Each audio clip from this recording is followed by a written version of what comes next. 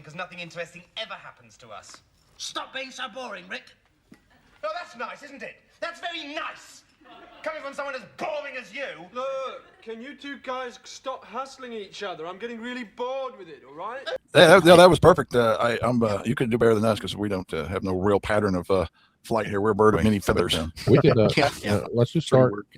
You telling us how you and Matt got into this and your experience from that. Okay. All right. Well, let's see. Let me start off with the backwoods camp. Yeah. My first experience was Big South Fork. You guys, so I'm talking y'all's neighborhood. I went up backwoods camping out by Angel Falls, and I went out by myself. His buddy was supposed to come out, but he didn't make it. Anyway, I walked out there and set up a tent and all that kind of stuff. I was sitting by the camp and there's oogie boogies. You know how you get that stuff. And I never really get them. So I ended up eventually turn around. Hey, Laura, turn around and face the oogie boogies in the woods. I don't know. And I went to bed and trying to do this quick because there's so much stuff to talk about. But I went to bed and I don't know, sometime I went to bed and sometime in the middle of the night, something it was like I was sleeping in a one-man tent. It was something like something shook a Walmart bag. It was like my back, my tent was, and I'm laying there and I come to and something's shaking the whole. I'm in a one-man tent because I'm backwoods 4 miles out. You can't get back at night. There's no way because I go off trail once I go out. I go trail out and then I go off trail. So I was off trail, and there's no way out. I had no weapons or nothing. I had a machete. It was outside my tent. At that time, I didn't think there was no such thing as Bigfoot or nothing. I didn't know anything about cryptids. I didn't know anything about any of that crap. That was, I don't know, 10 years ago. Yeah, and that was the time period we were all about. My brothers were just leaving at the house and such like that, and just me at the house and such, like my dad and such. Well, my brothers were still here or something like that, but it was that time period where we were camping and we loved exploring the woods. So the mindset we had at the time was the heart for the woods. We are the dominant of the woods, and we're here to enjoy what the woods can provide. So we're camping, then fishing. he had that experience. We fished down there at Loud all the time. I bass fish forever. You guys, East Tennesseans know everyone's got a bass boat out here. Everybody's on the lake. That's what I did. And I worked out at Oak Ridge. So you know how those Oak Ridge guys are. They are on the lake all the time. You're like, how do they get away with it? Don't they ever work? I ain't gonna tell you the secret, but no, they don't work. Anyway, these guys know. But anyway, so that shook the holy crack out of my tent, and I came through. I'm breathing, and I'm like, control my breathing because my heart's coming up near my throat, right? So you know how that is, trying to not have a heart attack. And I'm like, just went pitch quiet, and I'm laying there going, raccoon. Why would shake the hell out of my tent? I never thought Bigfoot. At that time, I did not know that. I didn't believe they were in Tennessee. No, they were in Washington. If there was such thing, wasn't into Bigfoot whatsoever. And I prayed. I said, Lord, I don't know what this is, but if it's going to kill me, can it break my neck before it drags me off so it eats me? I mean, that's what I prayed. And I went back to sleep. And of course, the next weekend I went up and the next weekend after that, I took my wife with me. I mean, that just shows you what an idiot I am. Anyway, so I took her up there. She followed. She went with me. Did you tell her what happened before you took her? Yeah. So it was like, let's go check this shit out. Right? You guys do the same thing. There's a ghost and there's something slammed a door on you, and you're like, dude, I gotta go back in there. I know you guys are worse. You guys are as bad as we are as far as chasing the unknown. Yeah. And so I took her, and she was sitting over by the campfire, and I was walking back with a handful of wood, and right behind her, back in that area where I was getting oogie boogie, I heard knock, and so she looks at me, and I look at her. And that's when they might be Bigfoots in Tennessee. That was when it hit us. Whoa! And so that was our first experience. Okay, so moved on. About 6 night, we were laying there, and this is where shit gets weird. This ain't gonna do part of it. Half the story got to do with Bigfoot. We go to bed, and I hear this boom, boom, boom, boom, boom, boom, like feet. I'm hitting this table. I don't even feel that vibration, but it was a vibration in the ground, and it was hoofs, and it was a herd, and it was what is a herd doing in Coca Creek? I have no idea. I mean, I'm in my little tent, and he's in a little metal camper outside. So he's in another little. I'm in my. I got a nice size tent, one of those big pop up dudes.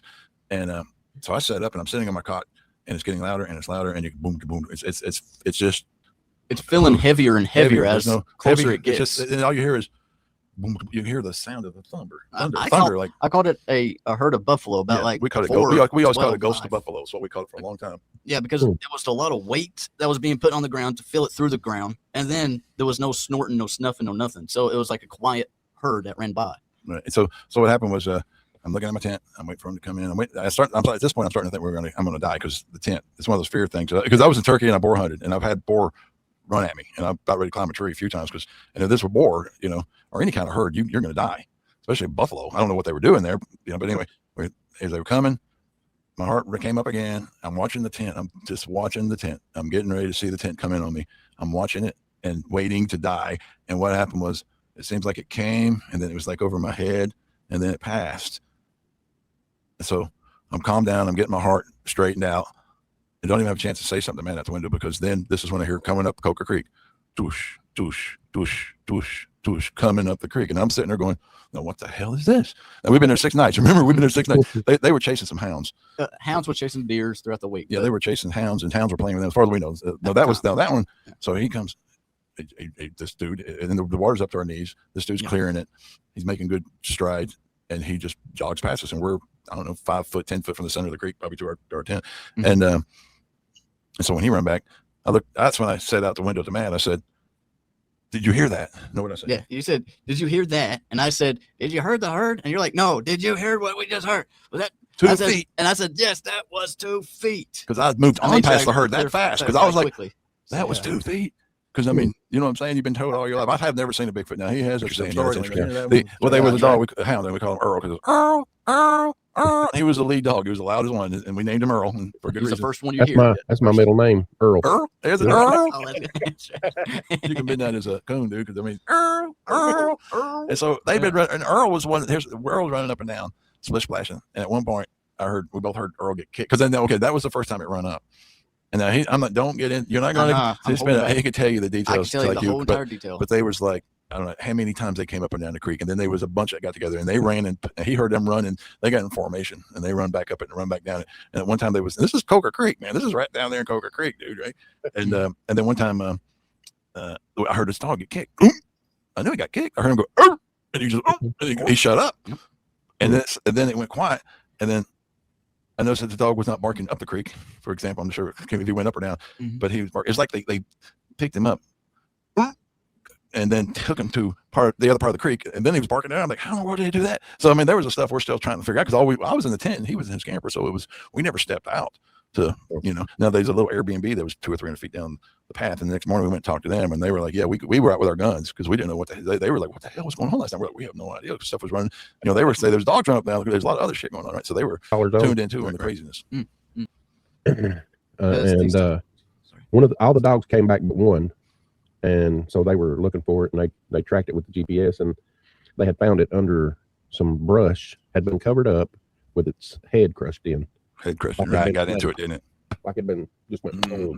And something covered it up. I like to say about it. But down there at Coke Creek, we had him, me and him sleeping one night. They were throwing rocks at the back of my side of the truck, and I've had, we have emergency lights inside of our camper. We sleep in metal now. I ain't slipping in. We don't have no plastic. Slipping no plastic, man. I got to at least have metal, just a thin layer of camper top, right? So at least I can hear the Coke can crushing before I get crushed. Yeah, maybe. Right.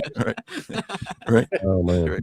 And he had. But anyway, I had my hand on that switch. This is the first time I had the booger thing where they're here. They're really here. You're laying in your camper and they're walking around outside. There's somebody walking around. That now the property. There's two places. Like before, could you feel it? Like, can you feel them when they're walking around you? You could feel them, or you could hear them. Just crunch. You can hear them walking around. They're not really light stepping certain areas. Yeah. And then, but they were throwing rocks. And I know that night he had put his earplugs in. And we're investigating. We're like you guys. If you're investigating, you went there to investigate. Doesn't mean you're gonna get any sleep, right? But he's like me. He's like, I'm putting my earplugs in anyway. I'm like, okay, fine. Because this happened to me, a couple of times with him. He put the earplugs in, and then I go through a night of torture, and he wakes up in the morning all refreshed, and I'm like, dude, I spent the entire night last night getting harassed, dude, and you slept the whole time. Let me tell you a story. In his case there, that thing, I was laying there asleep, and I felt a hand go on my leg, and I woke up, and it's kind of like a motherly, like, hi, and I didn't, at first I was like, it's nice, and then I'm like, then I realized, dude, you're in a camper, dude. What the fuck? Excuse my language. So I'm like nicely rolling over going, I appreciate it. And so the next night, I tell Matt, I was like, Matt, check us out. Dude, I don't want you to freak it out, man. Don't freak out. I was like, look, I want to tell you this, but I don't want you to freak out. But last night, something put a hand on me, and it was nice, and it's not a big deal. And he slammed his window. No, I ain't doing that. He shut his window. Like, no, I ain't doing that. I was gonna have a nice night with a little. No, I ain't doing that. I was like, dude, I was trying not to freak you out, man. He's like, no, man, that don't sound right. Like, dude, it was all right. It was all right. I know it's weird, but you're like, dude, it wasn't bad. But that's funny. Yeah, but I had kept my hand on that light switch, and that was my first dealing with fear. You know what I'm saying? You guys know. You've been in there, probably like things I don't want you guys to. But anyway, I had my eye on that switch like it was there's a switch, I'm trying to put it up, and I had my hand on that thing like, man, if you guys, in my mind, I was like, if you guys don't calm down after, because he's asleep and I'm by myself, basically. We're side by side in the camper. I got my we're going to sleep, and I rolled over to get something out of I bent over to get something out of the floor, and big stick hits my side of the camper, bam. And he's like, did you drop something? Is that you? I said, oh, dude, I'm in the floor picking something up out of the freaking floor, man. So he knew that the hell was coming upon us before he put his head plugs in. So he's guilty of he's deserted me, man. He left me. I left my dad. He left me for sleep. For sleep. He left me for sleep.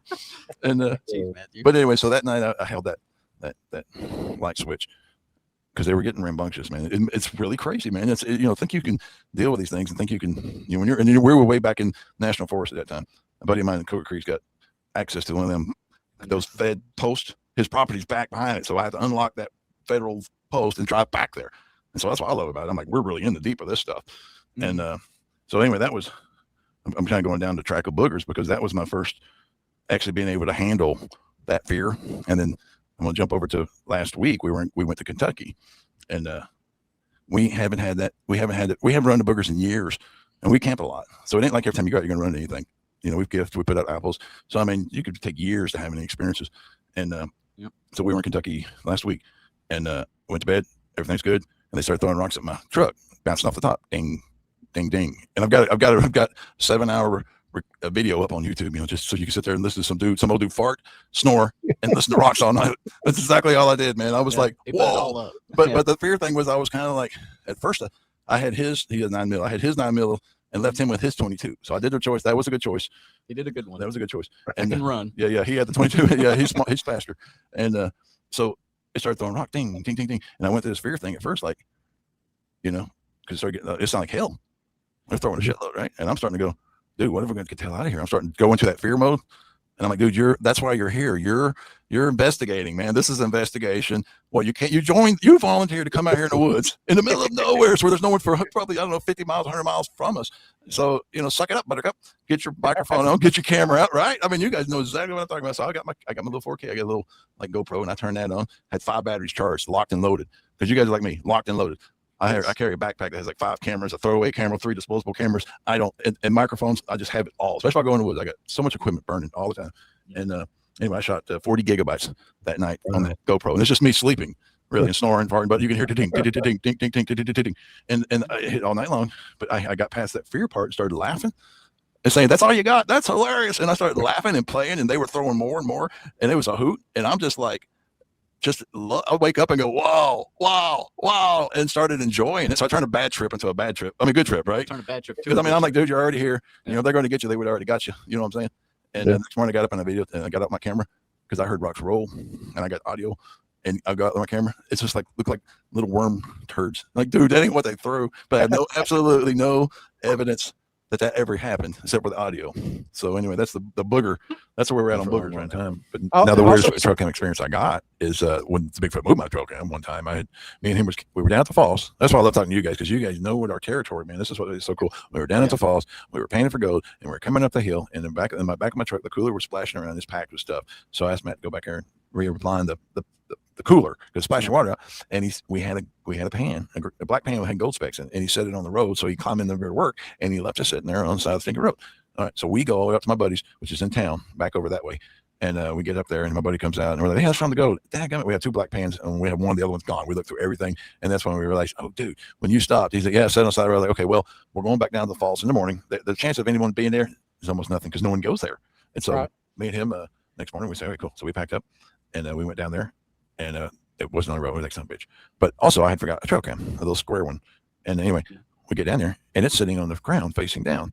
And the thing was it was sitting up on this, up on a tree area. I had it a little ways away from the road, and it had 50. I got the video. I got everything documented. I think it was like 56 videos, and number 55. 55 were perfect. 56 is like grayscale, constant grayscale, no hairs. I contrasted, I did everything, but it had moved from that tree area down, face down on the road, and so. Past the ditch area. Yeah, past rolled past the ditch. Yeah, and I'm trying to figure out how in the world did it get from there down to face down in that last video being like something electronically was missing, electromagnetic. And so then we get back over to the campsite, and we backed in, and I walk over to get coffee, and it hits my brain. I said, I bet they brought it back. And I looked over at Matt, and over there, 4 foot from him, it laid on the ground. Of course, his eyes could open up. Where's that other pan? I said, it's right here.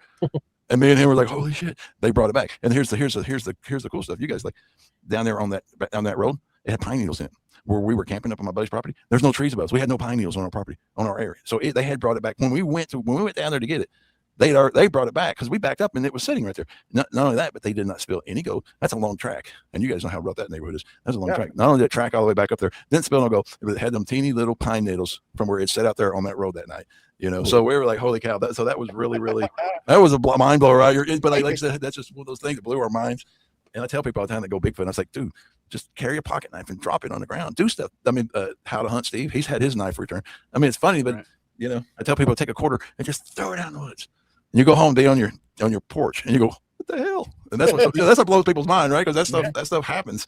I don't know if it's the forest people, Bigfoots, a fairy. I don't know who's doing it, but it's happening. It kind of reminds me of the tree arch that we had up in Kentucky. It's kind of a big topic, but it was I told while we were on top of this big boulder, I looked up behind me thinking that's the beings are back there, the Bigfoots or something like that. So I told them, guys, it'd be really cool if y'all can arch this tree because that'll give me an idea of how big these guys are because the tree's about the size of a basketball or maybe a little bit smaller. No, it's about the size of a basketball on top of the boulder. It's about that big.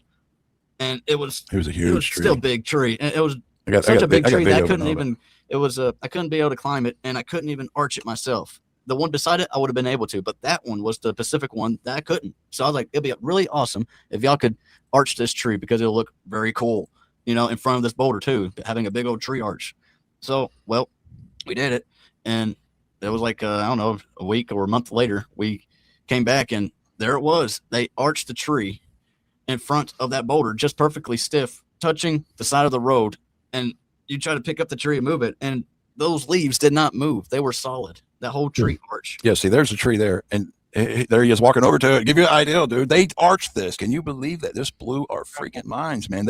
He had said it, and we went about a week later, and sure enough, they arched that giant tree. Now, the park rangers cut that stuff down. They cut down. We had one trip up through there. We were coming back at 7 Mile Dirt Road. I recorded on video arches for 7 miles on the left side of the road. Every one of them perfectly touching the road for 7 miles, about every, 200 or 300 feet. I documented that stuff. Wow. And the park rangers, they come out and they clean that up. But there's Matt right there. He had skimmed down that tree, right? And he had said, man, it'd be really cool if you guys would arch this. And we go back up and they arched it, right? So, that was right. And then we showed up back at our house and they had a tree arch at our house. Was it that time that we got home? It was. Or was it from Coker Creek? It was the same week, within the same week, 7 days. Okay, same week. We went down to Coker Creek and came back. Okay. Yeah, we came home and there's an arch and it's arched and it's touching the center of our drive when we got I come up the pull up the drive and there's an arch tree touching the center of our drive saying hello.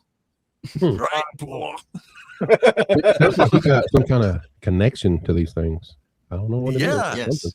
Well, before I started communicating to them, that's whenever I was like, I was having at the time was feelings of like they want to try to communicate through me. So I was like, well, shoot, if y'all want to communicate through me, I got to know that y'all are actually like physically real. I can't be like, I'm talking to this little figure in my head, I can't do that. It's not. But however, it was like third day later in the middle of winter, a full moon. And I was going out like I always do, lock up the chickens. And I saw a light turning off and on. So I looked up towards that direction. It was a full moon and the big old tree was waving like, here's the moon.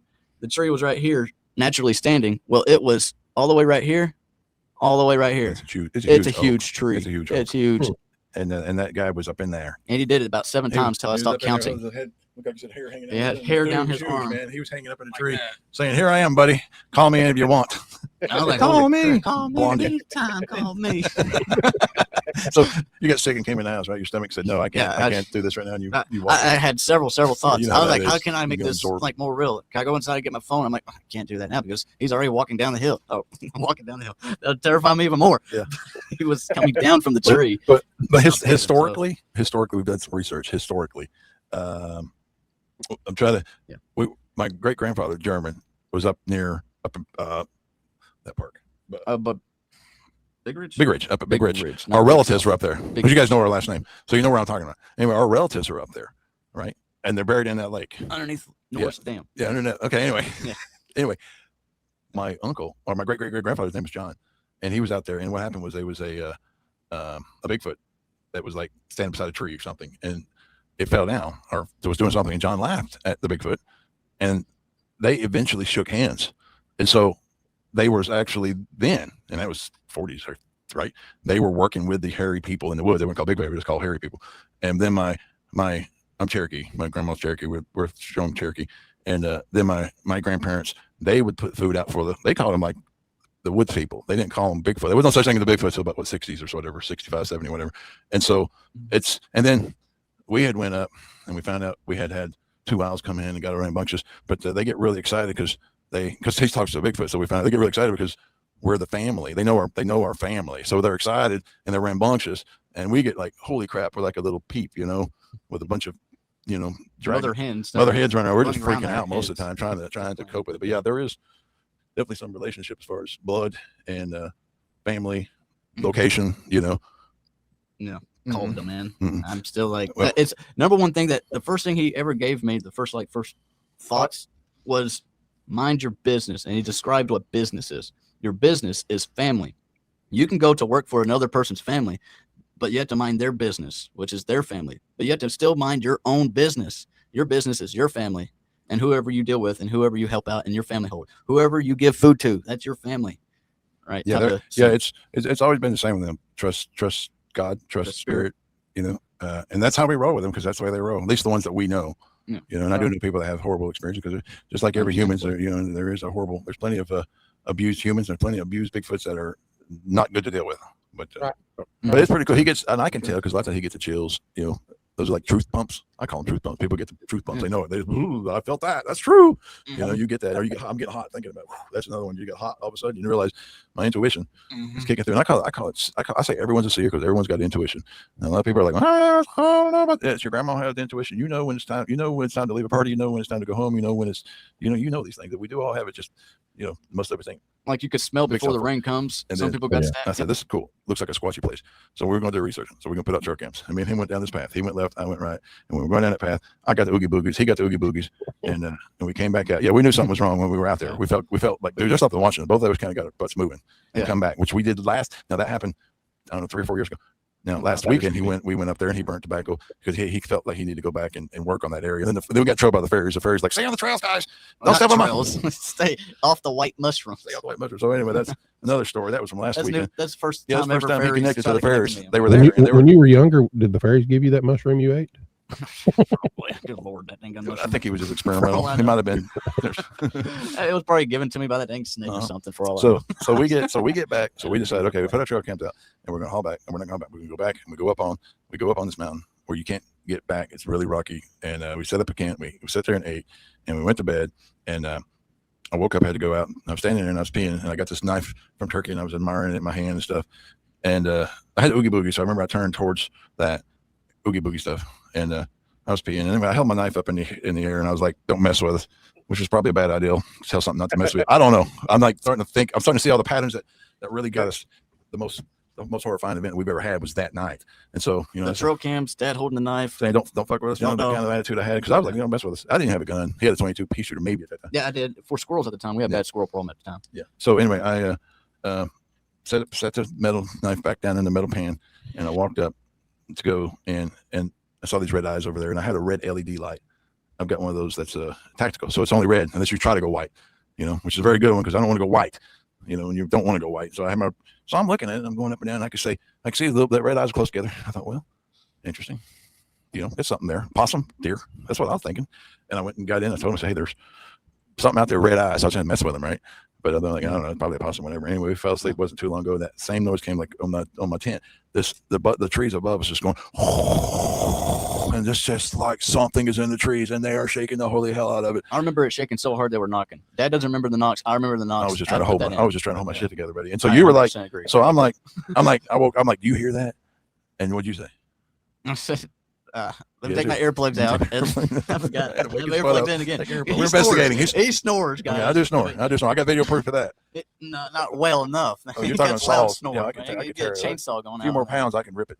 But anyways, so anyway, yeah, you were. I took my earplugs out, and then you said, "What is it?" I said, "You got your earplugs out?" Yeah. He's like, "No." I don't want to take them out. I'm like, I didn't want to take mine out. I had mine in too. I didn't want to take them out because if you're sleeping in a tent or something, you want your earplugs because they're rolling around at night, and you're just trying. You're not going to sleep if you're out there in a tent. I don't plan on sleeping, but I plan on getting some rest. That's as far as I go when I go camping. I'm gonna get some rest.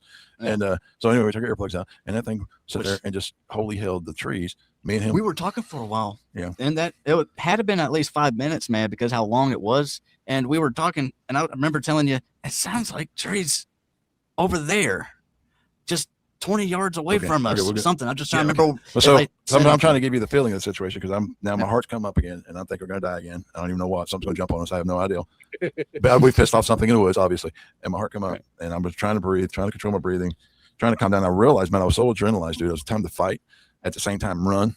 And the longer it went quiet, right? It went pitch fucking quiet. It stopped. I don't know more adjective When it word stopped, we got quiet. But it went so quiet that I had, we were just trying to hold our crap together, and it went so quiet. And I want to run, and I'm trying to think back to back. Can we get out of here? And I'm trying to figure out how to get him out of here. And there's no way we can walk. You can't walk on these trails. Really big boulder. You see how we got to it during the day. And so I knew we couldn't get out. I knew we were locked down. I knew they had us locked down. We're laying on our backs in between some rocks in this tent. And I'm just like, how the hell did I get in another damn nightmare? You know what I'm saying? I'm like, how did I keep getting in these nightmares? I'm not going in the woods to get into a nightmare. That's not my business, dude. You know what I'm saying? This is a real nightmare. And I'm thinking I'm going to get my son. I'm gonna go home and say, I don't know, honey, something ran off with your son. I mean, I felt horrible of what was going on. And so I finally got my breathing under control and all that kind of stuff. It's chilling out a little bit. And I'm like kind of nodding off. And I had my light held in my hand like it was the last thing I ever going to hold because I was going to see whatever I was going to fight. But I realized you got to calm down. You don't have the adrenaline. You'll destroy yourself from the fear and the pumping of the fear and wanting to run. I was like, if you don't calm down, because I realized, dude, after 5-10 minutes of that much adrenaline, you got to bring it down. So I'm like, you got to relax and wait for the fight. Because if they jump on this tent, it's on. I'm going to be fighting hands because that's all I know to do. I don't know what it is. I have no idea what I'm going to fight. And so I got myself to calm down. And I know he's got crazy stuff that he's told me, but I'm gonna try to skip your part because I'm gonna try to keep the story moving. Because I mean, his stuff is his heart stuff. I didn't hear nothing coming out of the tree. There was nothing landed on the ground. No leaves moving. Nothing. No sound. That would tell you about. I don't know. Sonic ears. I got sonic ears. Across the valley, I'll hear a tire leak. I can hear it. You can hear it. It happened. Type of deal. You know. So we finally calm down. We think we got our crap together, and this is when we hear a crickety digital modem. About 4 beats, 5 beats. Yeah. Right. Listen, Jason, it's floating by, dude. This thing is floating by. I know it's floating by. I gotta show you. I've got videos of the area. You'll be like, dude, that thing didn't walk through. I go, I know it didn't. It floated. I couldn't even hear it. When it was making that noise, no leaves crunching. I didn't hear nothing while it was moving. Right. So now I'm on heart attack number 2, man. It's going. I lost my heart time. So quiet. Yeah. Me too, man. Was it more like a fax machine? You know how Yes. Okay. It was a crickety. I thought it was like 4 or 5 beeps, but almost modem-y. Beep. 4 beeps, 4 times. I don't know why. 4 beeps, 4 times. But with digital modem sound behind it. Wow. Modem, right. And so now I'm like, I thought things were bad with this thing in the trees, and now I've got ET, right? You know how that you're like, whoa, and that's not the end of it though, is it? No. Whenever it stopped, that's when. So I got my adrenaline. I had my flashlight. You got to conserve your adrenaline, dude, because you'll kill yourself with your own adrenaline, dude. I was just miserable with wanting to run and fight, and I couldn't do anything. And all I could think was, I'm ready, jumping. You come bring it on. We're going to fight, you know? Yeah. And because I had a panic attack when I was like 10. You guys will like this story. I lived down in Georgia, and we was out in the middle of the woods, and we had some Christmas trees we'd thrown in a ditch. You know, back then you throw them out there. And me and my buddy were standing there, and we lit it on fire, and we were. Let me think, who was doing what? I was throwing matches, right? My buddy, I'm throwing matches, and my buddy's got a stick, and he's like, quit. Throw a match. He said, quit. You know what I'm saying? You know how those kids quit. He kept throwing matches. I kept smacking him with a stick, smacking with a stick. Well, unfortunately, I got ahead of him, and it went up. And I looked up, and the fire was climbing up on top of them pine trees, and I seen it. So that was my first panic attack. I couldn't run, I couldn't walk, couldn't move. I didn't burn down the whole damn forest. I knew I'm going to jail. I'm going to be in juvenile forever. All this, the whole world's falling apart in 1 second. And I couldn't breathe. And they were like, come on, grab some water. I couldn't breathe. I had sat down. I was sitting down at the little picnic table up at the house. I made it back to the house, and they were running buckets of water because I'd already seen the top of the pine tree. I'm like, how are you going to throw a bucket of water on top of a pine tree? You guys I'm going to jail, boys. And that was my first panic attack before I realized my heart, got so high up in there, man. I was immobilized. I couldn't walk. I couldn't help put the fire out because I had, my heart was like, no, that was a major panic attack. That was my experience with a panic attack. So that digital beep, beep, beep, beep thing as it goes floating by. Yeah, that was my second heart attack that night. So we get over that again. Don't ask me how. Time kind of goes. We're kind of slipping in and out. And then here's boom. I wake up because we're laying back on our backs on the ground. And it made a noise that woke you up. And then you woke me up. I took my earplugs out again because I put mine in again because it's been about 20 minutes later, to maybe 30 minutes. But however, I pulled my earplugs out, and then I heard a boom too. So I don't know what you heard to wake you up. But there was something. I just remember, I did remember I was awake and I heard that boom, and then I heard or something coming off the mountain, coming towards us. You can hear his feet coming down, and it came down 4 times. And we had jokingly that evening talked, and we said, "Look, if anything happens, shoot over me, don't shoot me." So it was kind of a joke that we would have dinner, right? With someone else, we had that conversation. And like, so far back in these woods. So this thing come down. This thing come down. Whatever it was, it come down. It come down. Stopped. I was already like, I don't give a shit. Shoot the hell at anything. Just unload. I don't care no more, dude. I was so over it, man. It's 3 o'clock, 4 o'clock. I don't even know what time. It's pitch dark. There was no light. Absolutely. We was up on a new moon, right? New moon back in the Kentucky woods. Dark. There was no light, zero light. And so this thing got closer and closer, and that's when you actually had to pull your gun. Yeah, I was about to pull the hammer back on that gun. Get that one click. I know if I make that one click, I'm going to hear it rushing because how far away it is and how quiet everything's been. And if this thing can hear, it'll be able to hear me do that one click. And it stopped at that 1 foot. And if he did one more foot forward, I was going to pull that thumb back. And he never did. But you said through my dead body. Yeah, there was while he was coming down, it was the last 4 steps or one of the 4 steps prior. And it was, trying to remember what it was saying to me. Like, you ain't got a chance or something like that. And I was like, we're both going to be under my dead body. You're going to feel it. That's what it was. It wasn't. He didn't finish. Yeah, okay. That was it. Yeah. You're going to feel it. Yeah, that's the way we felt. They were, feel before that was my main goal. I had a headlight, kind of held in my hand, and I had the button out because I held that because I'm going to see it. I'm going to see you. If you jump on this tent, I will see you. ET, I don't know, monster, whatever. I'm going to see you. I will see you. That was just my determination, man. Because that's all I had to hold on to was my last thing I will see. The last thing I'm going to fight, I will see it. That was my determination because I had no gun. I had nothing. No. I think it knew what you were thinking.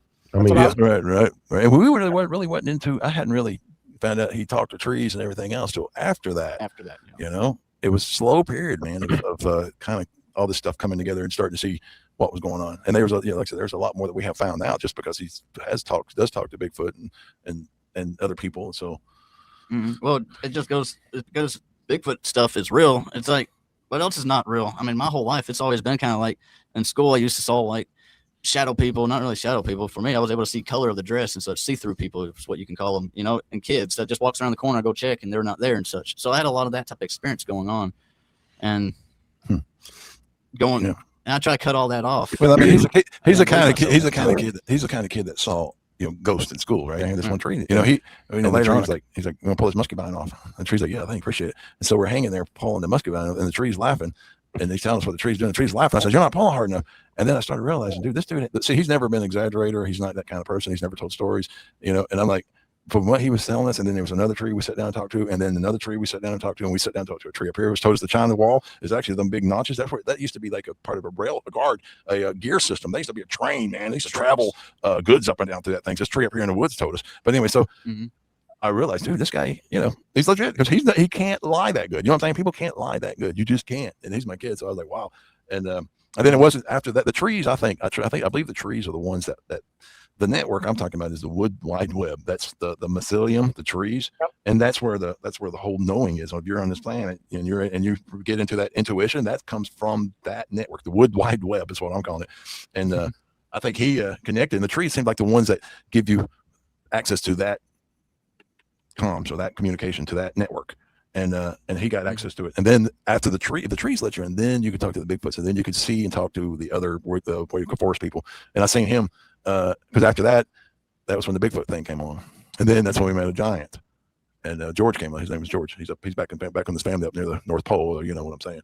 But and then Jim Morrison and on and on. I mean, most of these people just come in. We'll be working on a Honda generator, and the dude at Honda, I can't think of his name, but he tuned in because he was the one that designed it. The energy's on that generator it was a 1963 little Honda generator, and the energy's from that. Reaches to the other side. And so that dude came in and he comes in and out when we're talking about Hondas and stuff. So we actually talked to that guy, but it's just, like I said, it's weird because we just do it casually every day. Well, but you can see there's nothing, when there's nothing evil going on here. It's just, we're talking to people that know things on the other side that appreciate our appreciation of what they do. And so they come and they talk to him somehow or another. I don't know how he manages. Well, how I was able to talk to Honda in the case is he actually cared enough for a woman to carry a power source that's all handheld anywhere they go. And he wanted just a regular, any woman to be able to start up their own power source and be able to have power wherever they go. He had heart for that, right? For that individual, that person to have an easy go at lights and anything that they ever need out there in the woods. And he That was built Honda. that, and that was Honda. And he built that generator. That was little small generators. And while we were working on it, I was seeing the details that he put into it. He's put certain types of paint silencer. He puts paint silencer and such like that on the metal frames, and he connected everything to there. So there's a lot of details that he put into this work, even on the filter part. But that's whenever I started tuning in that he was like, "Hey, you do care about that little detail. Hey, you do care about. Well, here, let me tell you this. Yeah, let me tell you that. Yeah, then we could actually talk to him back and forth. Same thing with Diesel, Rudolph Diesel, and lots of other people that Jim Morrison. We talked to Jim Morrison plenty of times. He's a hoot. The other day he quoted something, and then we were trying to. I wanted to put it in the chat room quote, right? And I was like, I'm gonna quote you, and it didn't come from him. He's like, man, don't quote me because it came from God, right? But I'm like, well, I'm not going to quote God, dude. I told Jim Morrison, I'm going to say Jim Morrison. It's always a joke, it's funny, but it's a true story, man. We're not making this up. We're particles and we're atoms in an electrical world. I was trying to remember what I said that day. That's what you said. We are atoms in an electrical world. That was the quote. Oh, we're particles in an electrical world, and then I changed it to atoms in an electrical world. Okay, yes, you're right. Yeah. But anyway, their house. An electrical world. Gift. We don't gift here. We tried. But our you know what our Bigfoot wanted us to bless the land. I'm like, what? Take care of the weird, land. Right? It's just different, man. These Bigfoots here are different, man. So I was like, because when the popular flower off the popular tree falls, that's when he knows his birthday is. And so I'm like, cake. Yeah, I want to do something. And nothing fit. So we went up, sat on the mountain, and we burned tobacco. And now I'm like you guys, everything I've ever done, I'm just going by DNA now because I don't know anything about that. I just know that something is good about it. So we went up there and sat and burned tobacco. And that was the year that everything bloomed and the dragonflies showed, all kinds of magic showed up. We never saw things it healed the land, And that's one thing that he prefers is basically some Bigfoots know that kind of stuff. And if you go out in the woods, the humans can go out and burn tobacco or just be good, just be in the woods and be good, and you bless the woods. So that's kind of. We went to bed. First of all, we were out there by the fire, and a ghost grabbed her by the boob, and she thought it was funny. And she's like, I can't believe it. It felt like a warm hand on her boob. And so I had sage in my truck. Don't know why I had some, so I burned it on the fire, and that kind of helped clean up that boogie doogie.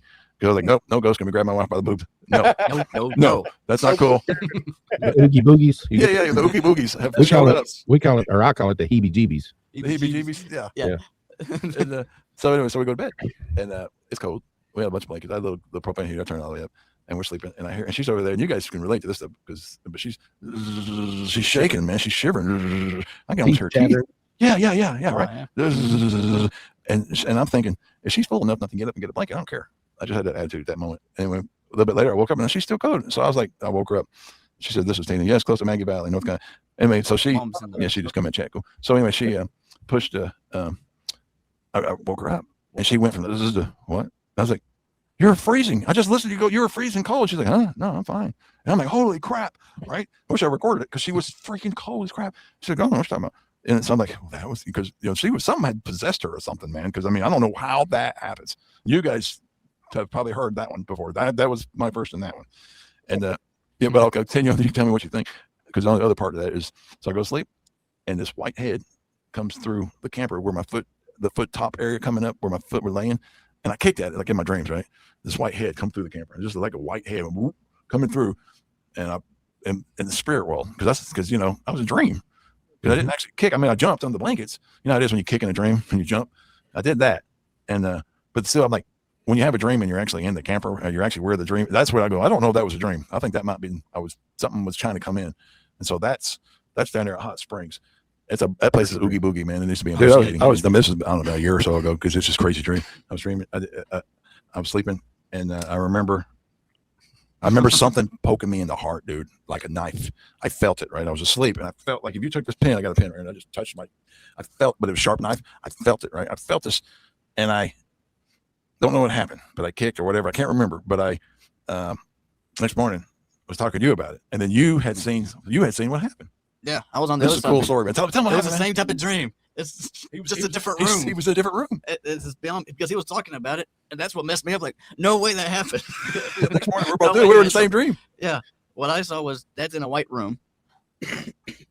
He's in a white room, and in my dream, I was like, felt like something came upon me, like came upon us on the property. Something came on the property, and I'm very strict about it. Something coming on the property, like dogs going for the chickens, stuff like that. So it felt like a predator or something like that coming onto the property. So I woke up, found Dad. Dad's in the white room. And I saw something that was in the darkness that was sticking something towards Dad. And the first thing I saw was Dad just woke up with a fist straight up to an uppercut to it. And it fell back. And Dad's like looking around, where's this thing at?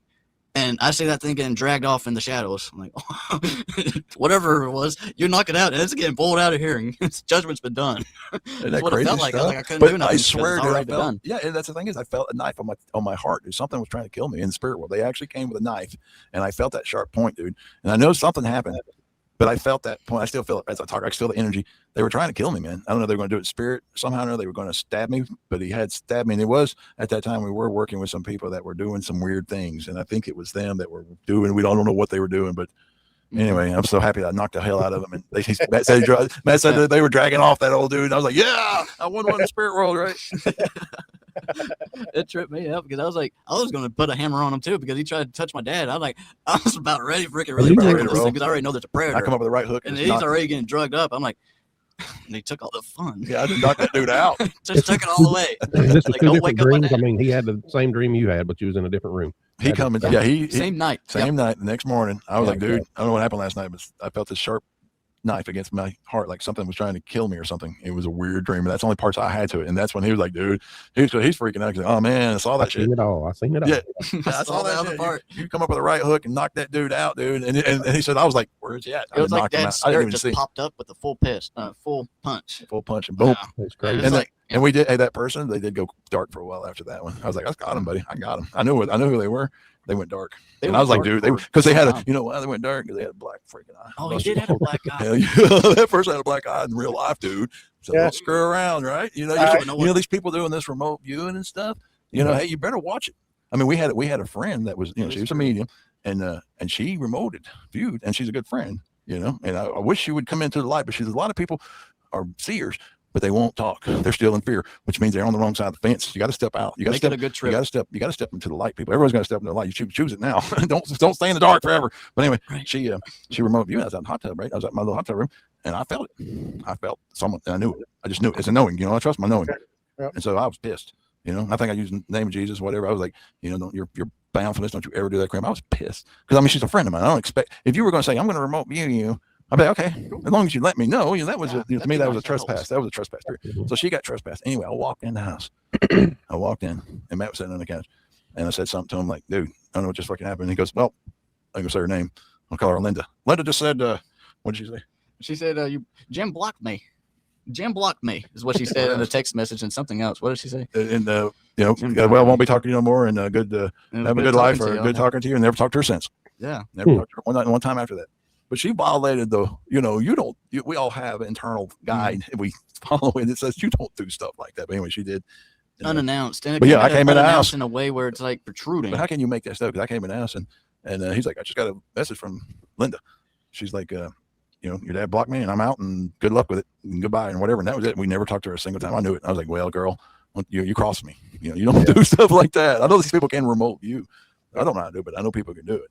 But that's the thing is I can feel someone remote view me. I did that more going on than at least for that. And I never did finish the story up there in Kentucky. There was a 3-toe print the next morning. That was the 3-toe print. That experience up in Kentucky. That was 3-toe. Now you got to remember, Dogman's 4. Dogman's got 4 toes. 3-toe would be a reptilian or an ostrich that got loose from a zoo, right? I don't know. A reptilian, a power of birds. I don't know. Pterodactyls. So anyway, it might have been that ostrich. It's full of things I don't know. But so he went out to. We got in the cameras going to sleep, and he had to go pee, and he got out there, and I went quiet for a long time, and I thought, oh my God, the ETs have got him, and I'm like, I ain't going out there. Now I'm done left my son, and ETs got him. I go home saying, ETs got my son, so I'm going through my head all this crazy shit, right? Like, well, you can't go out there because we know what's out here. I mean, we're like you guys, we're investigators. We didn't go out in the middle of the woods to eat marshmallows and pies. We were there to investigate. So I'm like, well, they got him because he's gone, and there's nothing you can do till morning to find out what happened. And I would kind of doze off, and I was trying not to fall asleep, but I had this unimaginable, like, I want to sleep, right? You're like, where did that come from? And so I think I dozed a few times, but I don't know if he was going 20 minutes or 30 minutes. I don't know, but he eventually came back in. Now he'll have to tell you what happened on his day school. So when I was in so he's taking a week, and he's just going down. He don't even have time to finish that. He's trying to finish, shake it off, and store it. You know what I'm saying? On the way to the ground. And I'm like, what? So anyway, now you can go on. The truck's just right to the, and the truck is on beside the truck. I could easily smack the truck, but I was focused not trying to pee on myself on the way down. And then finally got done, put that away. My arm was on the ground, on like the whole length of my arm, because I didn't want to go all the way with my shoulder. And by that time is whenever my eyes like blinked or something like that. And I couldn't touch a truck, of course. I'm already on the ground now.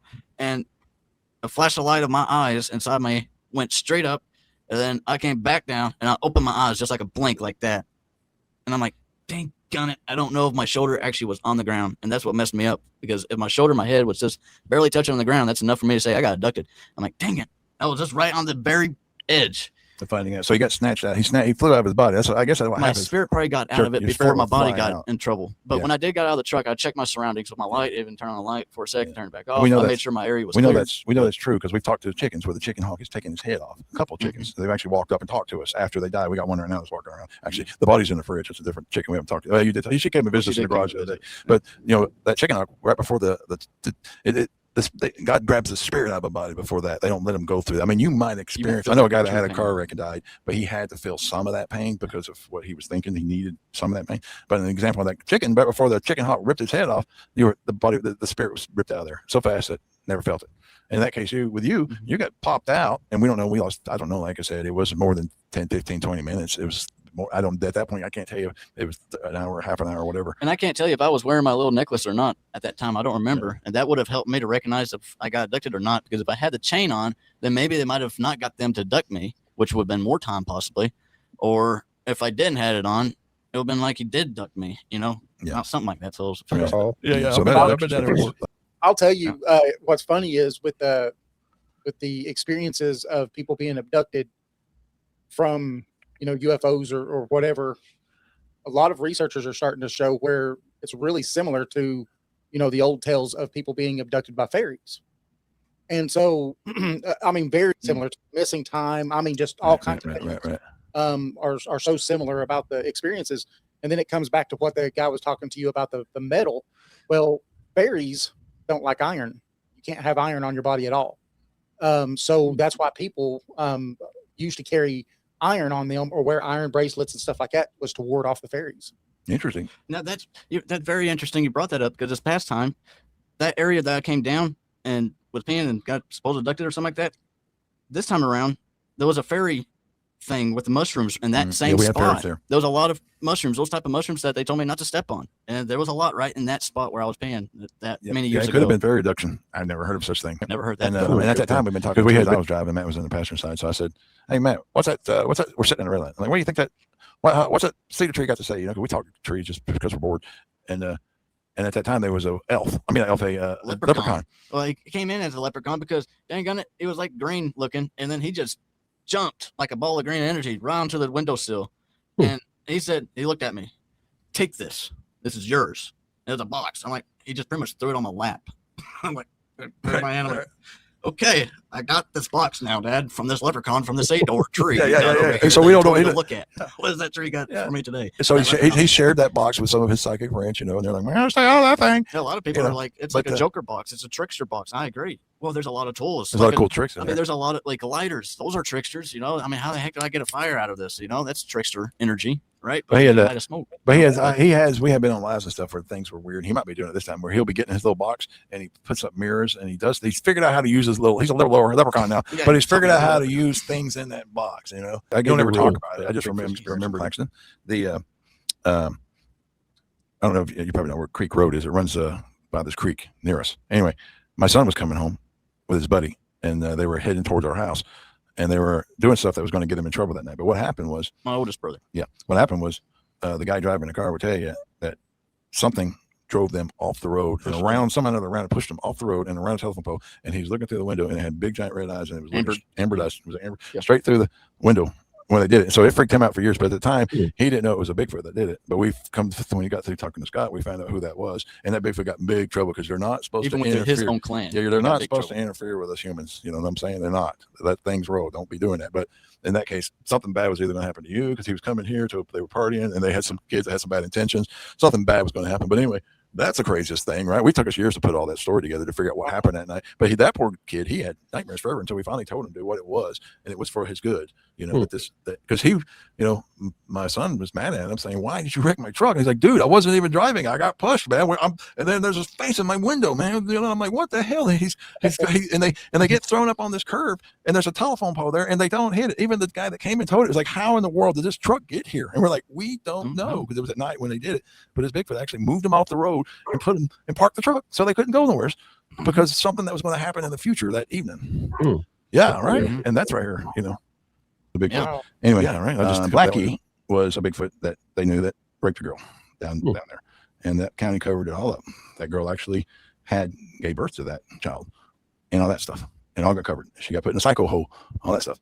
But anyway, what Bigfoots do is they breed out negative genes, negative DNA, negative things. Now, Blackie's children, they have, Blackie's doing a whole lot better now, even though, he was outcast. Once he did that, of course, all the other Bigfoots are like, get away from us. Well, they still are. Yeah. It'll take his generation to get him out. To get him out. But they give him the respect of like, as long as shoot, we're good. Right.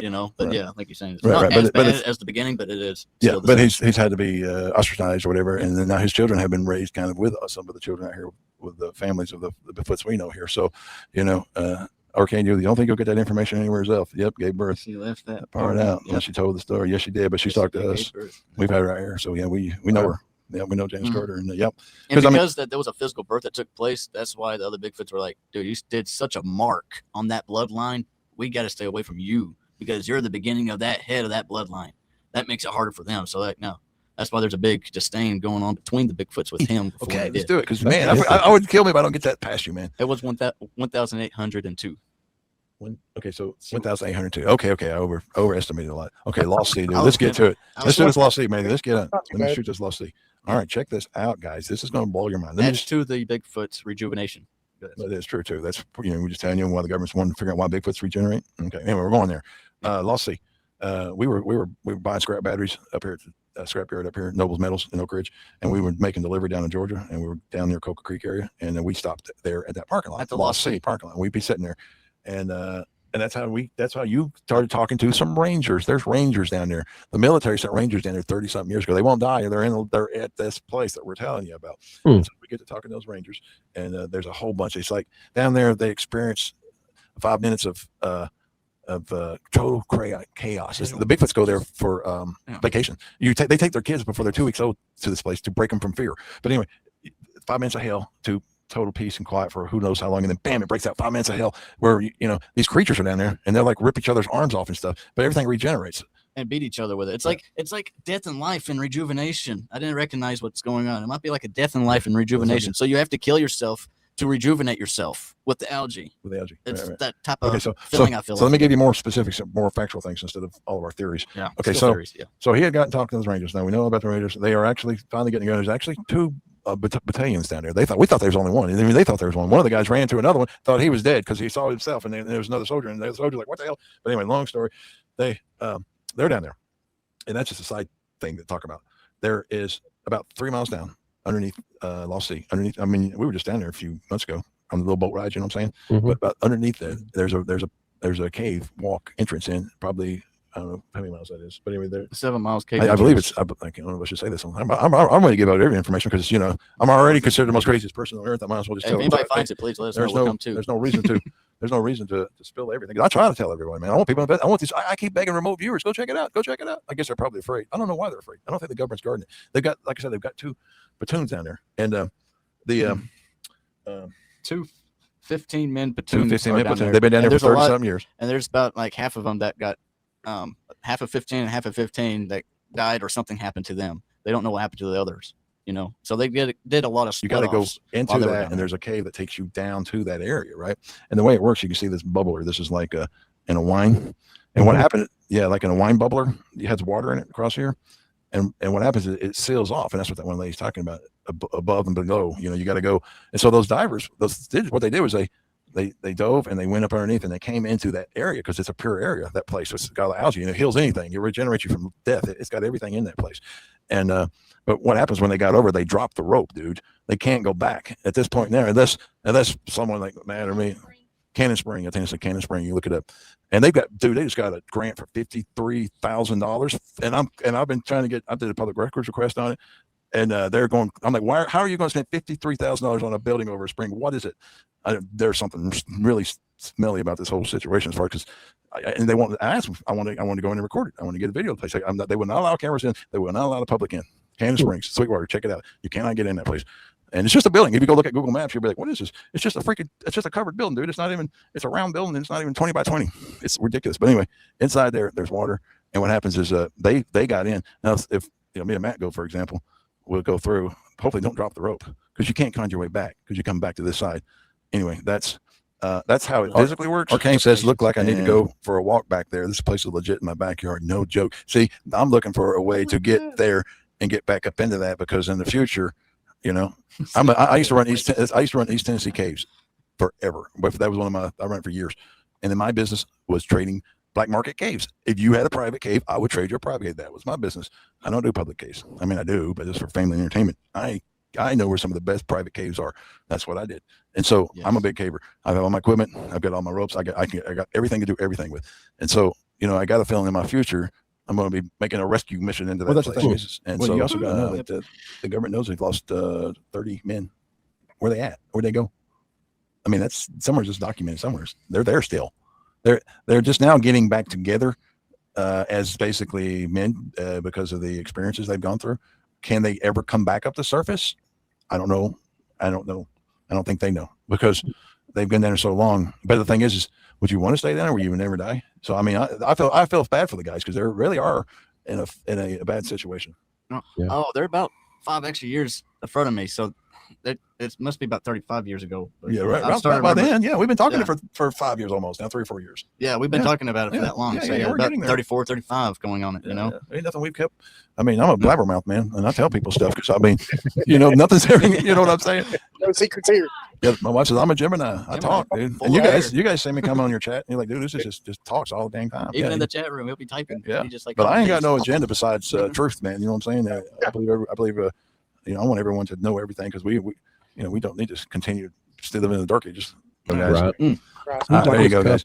I'm starting a thing, and it's going to be basically people that they have the official Good Heart channel. You guys have the Good Heart channel. That's why I watch you guys. Good Heart people. And so I made you a little banner there. I just made it. This is not AI produced, by the way. I ran it through software and built this thing. It was not AI produced. He had to put each thing, it together. But yeah, I put this together today because I mean, you guys. There's certain people I watch that just got Good Heart information, and there's a lot of channels out there. I'm like, dude, you guys are just junk. And so, I wanted to give you the official Good Heart channel award from I'm just making this shit up, man, but I'm telling you the truth though. I really appreciate Good Heart because we come, I listen to you guys and you got the people in the chat and it's always good people and it's always, just appreciate the talk and real people. I like real people having real conversations. And so, that's amazing, man. You get that award, dude. Yes. We really appreciate that. I know I can speak for David. You see, Greg, when you yell at a dog, his tail will go between his legs and cover his genitals. His ears will go down. The dog is very easy to break. Cats do work for affection. They don't sell out the way dogs do. Okay. Yeah, that was our setup, man. We were going to punk you guys, but cool. That was good. Then I thought about putting this one on, like when you went live, and you'd be like, "Are you guys at home or at the lake? Yeah, we're ready. We're at the lake. We're ready. What do you got? Go snorkel. We're gonna go snorkel. Oh shit! We go out there to do our gifting. So here's finding these tarps, man, abandoned throughout the woods. And there's 9 of them. I got like 30,000 views on this video because it is crazy. We found one stuffed in a tree, right? Mm-hmm. And yeah. I mean, and it's all different types, all different shapes, all different stores. It wasn't like 9 Boy Scouts got lost in the woods. It's like these were like, I believe, and we talked to one of our friends, and she's a medium, and she said basically they're dropping mutants out of helicopters. These tarps, every one of them have peeky holes in them. Every one of them had a hole in them, dude, right in the center. Tear. Like something was trying to peek out of it, but we found this guy, and I believe that's what's going on because I'll show you. I think we're gonna mow laid out here. Yeah, there they are there. But yeah, I mean, this is some weird stuff, dude. That's in those Kentucky woods, right? Oh. Way back there, there's a picture of it there. We pause it. Yeah, every wood. Yeah, see, every type, different size, different color. There was none of them were strapped down. None of them were used for. I don't know how in the world. I still can't figure out what. And they got a hole in the middle of them. Yeah, you got like a peeky hole in it, like something was being carried inside of it. As bags, and these were. It's like it's either in the middle or on one of the close corners of the tarp. Mm-hmm. But yeah, that's weird. Yeah. Let's see. And then like show you guys sometime. I mean, yeah. Well, like I said, we're close by, and we run down to Coker Creek all the time. That's one of our favorites. Like this so this one here, the park rangers removed this one. See this tree? It's upside down. See it's forked in the ground. Oh shit! Yeah. It was completely removed when we came back. Yeah, we went back and we talked to the park rangers because they're kind of funny. They just smile and laugh at us. They told us, man, yeah, dude's like, I don't know how many trees he said he had to remove that day. It was 17. I don't want to over exaggerate, but on one trail, 17 trees they had to fix. But yeah, I think it was like 27. They poked. You can see that they poked that into the trail. The Bigfoot did, and the root ball's up in the air, right? And so the park rangers, we talked to them. This is up at Big Ridge. This is my relatives, all right? My relatives live right around that corner. Where you guys know what I'm talking about? Mm-hmm. Anyway, they also have that big bridge, the Big Ridge. They got moved sideways. They said it flooded, and I'm laughing at me. The park rangers were looking at me laughing because they knew that I knew. I was like, okay, so the river moved it sideways when it flooded. They know it's got three telephone pole supports. The length of it, right? Imagine how heavy that is. And it was fresh. Yeah. Fresh telephone poles. It was. That must have been soaking wet type of deal. It shouldn't even float, right? Not in my understanding. Yeah. Let's see. This right here was a slug. Now Matthew had back over it, folded on paper. So we were getting messages at the time before he started talking to them. But see, they had folded this. Well, animal in the woods folds it, right? They had folded it like that and put it back underneath the sticks, like we had found. For example, this is just one. There's many of them. Maybe it was too tall. That's exactly what we got. They're short. What we were thinking too. That's the message we got. It was they're not tall. They're not that big. They're short. They're short. So that was the message we got from that. Let's see. Like, see, there's the way it was set up, and that's the way it was. Boom, you can fold it and put it back on. Yeah, see, it came back when we went back up. It looked like that. It started off like that's crazy. Yeah, that was before and after. And then, and like this one here was really cool. See that little teeny rock on there? They had put a little teeny rock. That was down in Coca Creek, by the way. We had took a picture, and then there was a second picture that they put a little teeny rock on it, and they took the apples. It was kind of like the potatoes, right? Isn't that cool? Like, with the little rock. Yeah, there's a picture of it. Rock that was on that. I was about to throw that on the ground, but then I was like, hey, look at this little rock. There's a little rock on this shell. Yeah, and I got the before and after pictures, right? Luckily, you can easily say maybe a squirrel with a rock on its foot, and then it just placed it there. But I'm like, guys, the apples got taken. The apples were nowhere around. It's gone. And see, there's the before and after. So they took the apples and they left the rock. So we document before and after, of course. Mm-hmm. And that was the greatest gift we That's the greatest gift we ever given, but we'll have to tell you that one. Maker's Mark. Yes. Yeah, we were given a bottle of Maker's Mark. That was actually used for a Bigfoot. Grandma gave us that rock, but Maker's Mark, that bottle was left for us in Kentucky. Gift. And that was basically that. But it was used for a Bigfoot and her baby, and she put it on his chest, and she also used it for nausea. So that was, but that was what was left over. That was a gift for colic. Yeah, Bigfoot's have colic. It was for that. But that was a big gift. Trying to just go through some of these. Let's see. Okay, there's that tree. Showing you some cool stuff. This one here, this is up here. This was yellow. They got a yellow jacket with a little tool, right? The Bigfoot did. Here's the yellow jacket nest. And see, I videotape it before I ever pick anything up. I'm showing you. But this thing was sitting there. This is how we found it. Never even picked it up. Before I even pick it up, I got the recorder out. But there's yellow nest everywhere. And so I'm like, pick this thing up, and it's got a point. I'm like, check this out. And it's muddy. It's been used for digging, and it's hard, and you can dig. Matthew was hearing something as we were putting up a trail cam over there, I think. Yeah. But and you see how big it was? It was for a big hand. Look at how big it is for Dad's hand. Yeah. It's for a big hand. But for a little picker. They'll sit there and pick out every single yellow jacket. They'll eat every one of them. And I checked it to see if it would fit inside of a yellow jacket hole for a larvae, and it works perfectly to put in and pull out anything that was there. So we is exactly that size. But it's not the first time we found tools up there. Now this is recorded down there in Coca Creek. We had 3. You might have turned other tools. This is recorded down there at Coca Creek. What you're seeing here is the crickets and all that, right? And then what you're going to see is when that thing yells, everything goes quiet. As far as the crickets, you can see it visually. That's what I love about this recording I got down there at Coca Creek.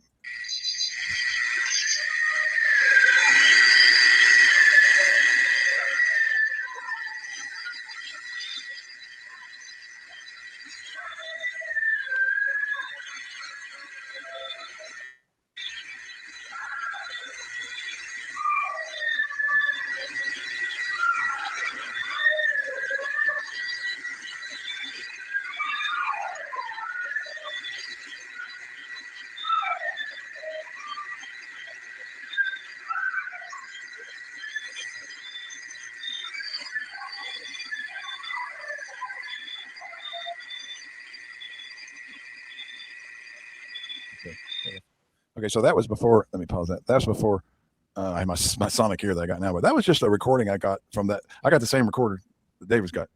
I got that same one. Like I said, I found me a shotgun mic and I'm running it off of it now. I love it, man. They recorded the other night up in Kentucky. It got the whole. I got 10 hours recording. It's a great little mic. Are they still there? Yeah.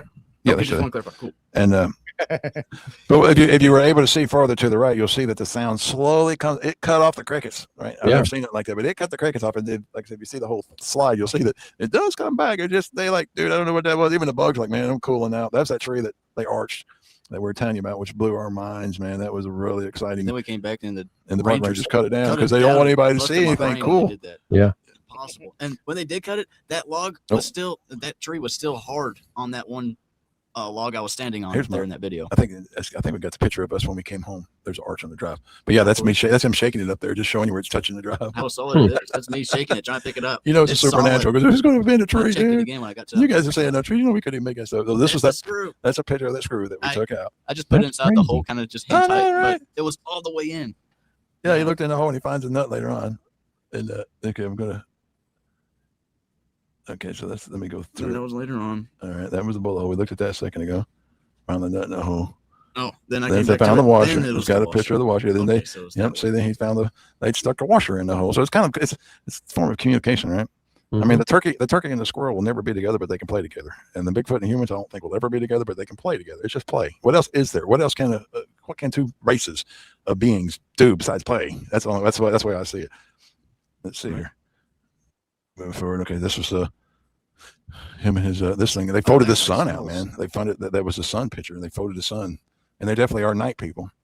But yeah, that was only that one night, man, and no rain, man. That was a perfect clean piece of paper. That's interesting. And they mutilated the whole crap out of it. It's got holes in it and everything. Info of the sun after just a brand new crisp clean paper that I'd made a drawing and put out. Yeah, and it's interesting because I'm like, that doesn't look like a Bigfoot drawing. I think you did distinctively try to draw it like a human face, then put a lot of hair on it. And they communicated with that one more than the other pictures of printed Bigfoots that Dad put out. I put the tripod on it because that area up there has tripods. Tridents. I ain't never seen a place got more tridents. Trident trees. It's the only place I know of. I don't know of any place. So it's probably got to do with people from I want to say Atlantic, maybe. I don't know. Poseidon, up in Kentucky, Poseidon or something. Yeah. Water World. Something. I don't know. So that's how the picture how it was drawn and left, and then that's how we found it the next morning. But yeah, right. I mean, we enjoyed it. I think this is what people like. People love seeing this crazy stuff because it's crazy. He's sitting down, and he smells it, and here you're gonna play this part. Go ahead. Yeah, go ahead. Yeah. We're laughing because he says it smells like wet dog. That smells funny, dude. It smells like.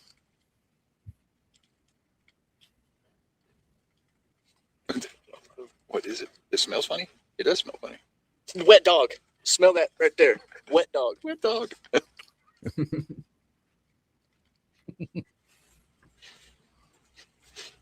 Yeah, fucking wet dog, dude. Wet dog. Huh. Once I smelled that corner up here, it smells like a wet dog. How does it smell like a wet dog, right? We couldn't figure that one out. We were brain so blown back then. That was man. Wet dog right we there. need to try that. That thing smells like Peppa Jean's dog right there. Okay, turn that back. Yeah, we still have it. We still have it in a Ziploc bag. If anybody wants to sniff it, you know what I'm saying? You should try to get some DNA off of it. There's where that Bigfoot brought our pan back right there. That's a picture of it right there. And I'll also show you the video, but that was the pan. I walked over this way, turned around. Matt was sitting in that chair, and holy shit! I said, I just knew it in my head. I said, I bet they brought it back. And I don't, I'm not like Matt. I don't even freaking know how that works, but I believe that. I just knew it. I was like, I bet they brought it back. And it was immediately I turned to the side, and there, she's getting stuff pictures here. Let's see. You want to show them that real quick? Yeah. I want to, yeah. Real quick. Here. We got it in the bag. Yeah, man. It's pretty cool. Still folded. Still folded. It was. But that was a very clean piece of paper, dude. They're rough. They're rough. Them suckers are rough. They rough it up. They roughed it up. It's all brown. You can see. Well, I don't know if you can see it on paper. What's going on here? When you leave that stuff there like that, do you stay the night in the area? Yeah. That's what we do. Is we hike. We come into Stearns. We go out. And we're in Kentucky. We sleep in Kentucky because we hiked down into Tennessee because they closed that road off because they had so many problems. There's one old dude that whatever was out there wouldn't let him out of his truck for 3 days. And so Tennessee's closed that side for good reason. People were getting in trouble.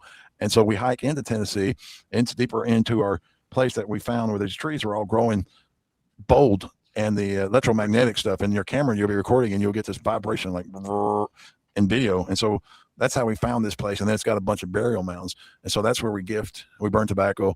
And then then we hike back to Kentucky. It's about a mile or so. It ain't too far out. And then we hike back to Kentucky. We spend the night. And the next morning we hike back out and we, document what happened. And then a lot of times we haul home. That's the last time they threw rocks at me all night long. So I got absolutely no sleep. And I told Tina we might be there 1 or 2 nights, but we were there one night. That was it. I'm done. I spent a whole night having rocks thrown at me, which I enjoyed, but can't complain about that. We lost his spot. Let's see. So you had that guy there. Almost through with this. I always thought this has got a lot of stuff so the GoPan came back and the video camera. Let's see. That was the trail cam there. There's And see, nothing. it had the, I don't remember yeah. this. Yeah, see, there's some specs in there. But it had pine needles. I don't think they're in this picture this time. I never cleaned them out when they got them back over here. But it had little teeny pine needles that we knew. And like I said, I've got, I'm like you guys. I have to document everything. Look, there's nothing above us, right? So you know how it is. You got to document everything because these things. That's all you got is what you can do with your camera. See, this is the last video on trail cam when we got back, and this playing at regular speed. See, I mean, I changed the contrast. I thought maybe I'd find hair, maybe a hand that touched it, but you could see that all the other videos are perfect. There's 50. I think it said 56 videos and 55 were perfect. And this is number 56. It's a color camera. It's a beautiful camera, but there's no, I think I play slow speed. It says black and white. Yeah, just black and white. And did it play it slow? Or was that it? Oh, that was it. Oh, that was it. Okay. That was the, but yeah, that was it. I mean, it was it's just black and white. It's, I mean, and I thought with contrasting the crap out of it, I paused it. Let me just kind of play it. I'll just stop right there. But I thought contrasting, I'll be able to find hair because something handled it, right? That's what I was looking for. Maybe a sign of hair, but you could see. Or a bear's mouth. We've had a yeah. We had a trail cam. Yeah, I have a video of trail cam chewing on a bear cam. We actually got it back. Matt followed it. That was a trip. He says, I know that bear went straight up that mountain, and he went straight up that mountain. He found our trail cam, and Sure the bears chewed on it. He went straight up. And we still using that. Still one of our favorite trail cams. Is that tough? But yeah, you could see the. I mean, I paused it, but see, it's like digital. I don't even know. Yeah, it's crazy. Ain't that weird? It's not normal, man. It's not a hand. It's not. I'm playing, pausing it just so you can. Because we are totally confused. I don't know how it's even. It's got the time, and that wasn't the right time. It was about 9 or 10 o'clock at night.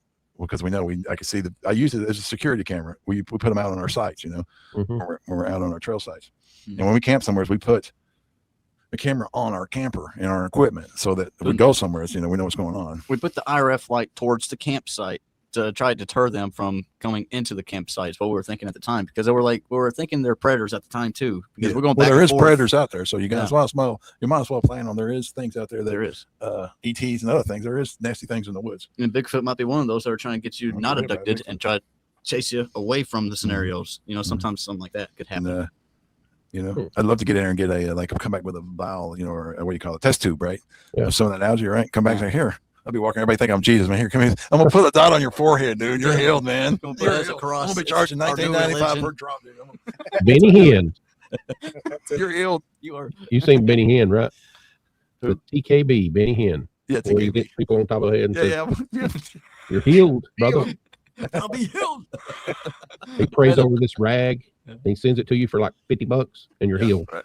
That's right. You guys remember this conversation for like 10 years from now. You go, dude, if TKB selling that snake oil, I want some. I'm guaranteed it's good stuff. Oh dang! Well, I turned 60, and I got a letter in the mail from our government. You guys are gonna be. I don't know, but anybody told you this stuff. But when you get 60, you get a letter, and it says you have paid in for 30 freaking years, all this money, and now you're gonna get $12 a month for the rest of your life. And I'm like, really? This is freaking just breaking news for me, buddy. No, I'm just kidding.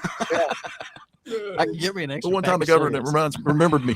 No, I mean, luckily I do get a little bit more than $12 a month, but at least that when you get 62, so I'm like, well, that's cool, because I mean, we just live out in the woods. We have used cars.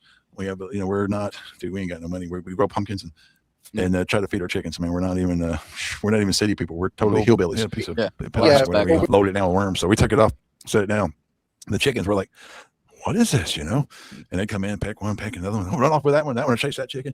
But yeah, we had a tobacco worm chicken party today. We basketball court with man, full action, dude. People watching TV, they don't even know how good it gets out here in the country, man. You have chicken on some tobacco worms, man. You ain't we're living out here, but it's all the miles. Chickens are happy. I got window view all around me, Dan. And how's this thing making these noises and hit me? Right? Get ready to play the sound here in a second. So I mean, this is just, let's see. That's me talking with a red light, and here's some sound right here. This is this. Listen to this. 2 minutes of 7 hours of video. I'll play this for you. You turn it up. Yeah. You got to turn your thing on. Oh, okay, that's right. Ready? Right. Me laughing. Bigfoot is serious business, people.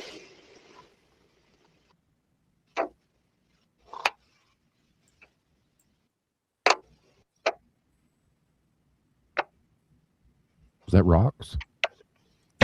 Yeah, that's me laying in there with that camera recording. This is just some samples of, the rocks that were hitting with me that night. And you can see a picture there. You can hear them roll too, but there was no rocks the next morning. It's crazy. Sometimes it sounded like it was hailing. Listen to that. Yeah. It's that metal camper top in that blue truck you saw. They're just curious, aren't they? They're just like. No, they're like, let's keep him up all night. Yeah. That's what they did. And I'm like, well, I'm here investigating. You guys are giving me 7 hours of evidence, so thank you. So we're working a deal out.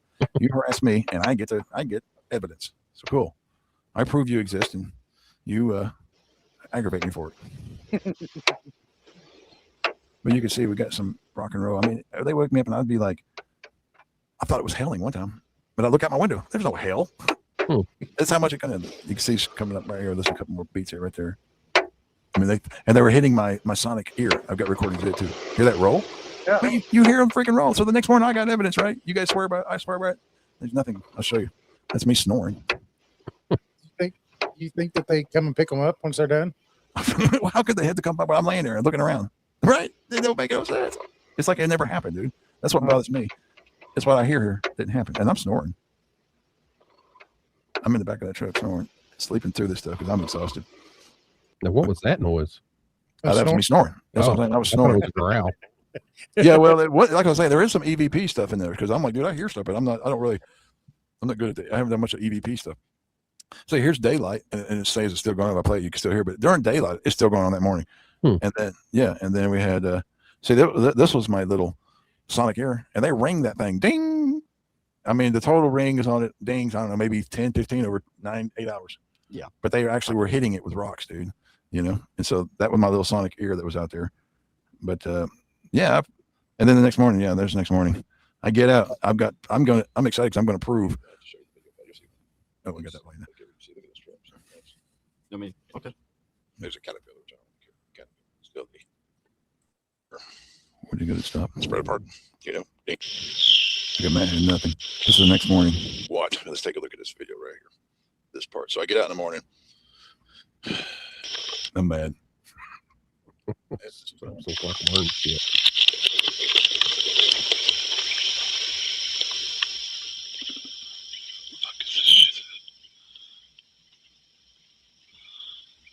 I'll remove the words here in a minute.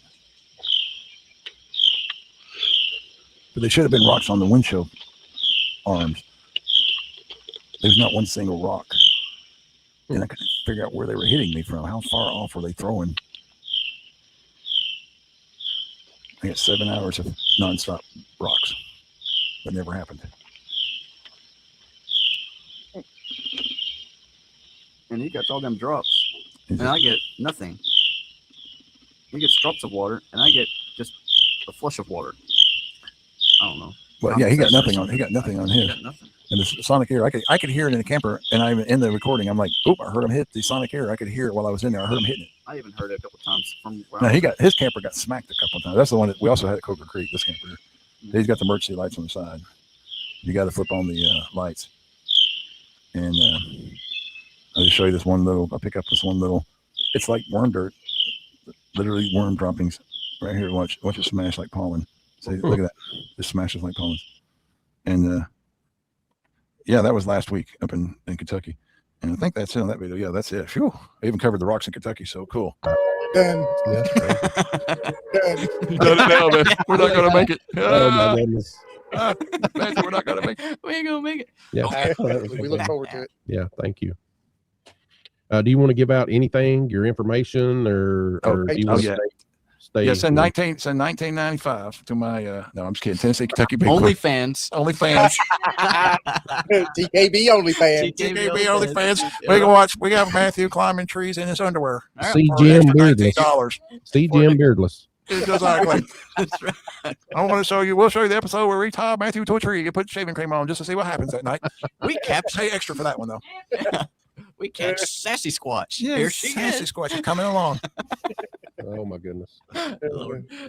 All right, Yeah, I'm gonna hit this leave studio so you guys can close down the show. I know it's late. all right, man. Just pass it to Grampy.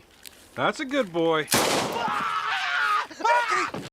How'd you get into all that mess at the square dance? Oh, I was just trying to help a girl in trouble. What kind of trouble? Any kind of trouble she wanted to get into.